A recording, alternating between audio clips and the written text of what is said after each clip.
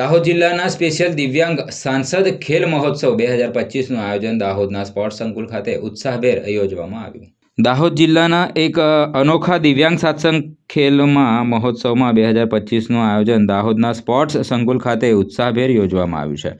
આ ખેલ મહોત્સવમાં જિલ્લાના વિવિધ તાલુકાઓમાંથી આવેલા દિવ્યાંગ બાળકોએ ઉત્સાહપૂર્વક ભાગ લીધો હતો. કાર્યક્રમ દરમિયાન દાહોદના ધારાસભ્ય કિશોરભાઈએ દિવ્યાંગ બાળકોને પ્રોત્સાહન પૂરું પાડ્યું હતું. આ કાર્યક્રમમાં ગરબડાના ધારાસભ્ય મહેન્દ્ર ભાભોર, નગરપાલિકાના પ્રમુખ ઉપરાંત રમતગમતના અધિકારીઓ તેમજ સ્પેશિયલ શિક્ષકો પણ હાજર રહ્યા હતા, જેમણે દિવ્યાંગ બાળકોને માર્ગદર્શન અને સહકાર આપ્યો હતો.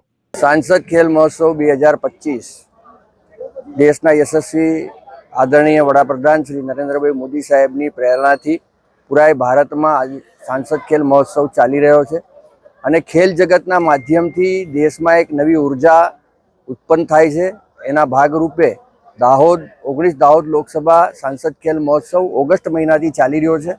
સૌપ્રથમ તાલુકા કક્ષાની રમતો રમાડવામાં આવી, ત્યારબાદ વિધાનસભા કક્ષાએ બધી ટીમો રમી. ચાર રમતો કબડ્ડી, ખોખો, વોલીબોલ અને રસ્સાખેંચ એ ટીમની રમતો હતી. એથ્લેટિક્સની 3 રમતો હતી અને વિશેષ ગુજરાતની 26 લોકસભામાં દાહોદ લોકસભાએ વિશેષ પ્રયાસ કર્યો છે કે દિવ્યાંગોની પણ રમતો ઉમેરી અને દિવ્યાંગોની પણ સ્પેશિયલ ખેલ મહોત્સવ આજે પ્રારંભ થયો છે. આવતીકાલે 25 તારીખે સુશાસન દિવસે દેશના વડાપ્રધાન દ્વારા સાંસદ ખેલ મહોત્સવનો સમાપન સમારોહ થવા જઈ રહ્યો છે. વડાપ્રધાનશ્રીનું ઉદ્બોધન આવતીકાલે 11 વાગે થનાર છે. એટલે કાલે દાહોદ સિટી ગ્રાઉન્ડ ખાતે સાંસદ ખેલ મહોત્સવ 2025નું સમાપન થનાર છે અને સૌ ખેલાડીઓમાં દાહોદ લોકસભા સાથે 7 વિધાનસભામાં ઉત્સાહપૂર્વક રમતો રમવામાં આવી, ખેલદિલીપૂર્વક રમતો રમવામાં આવી.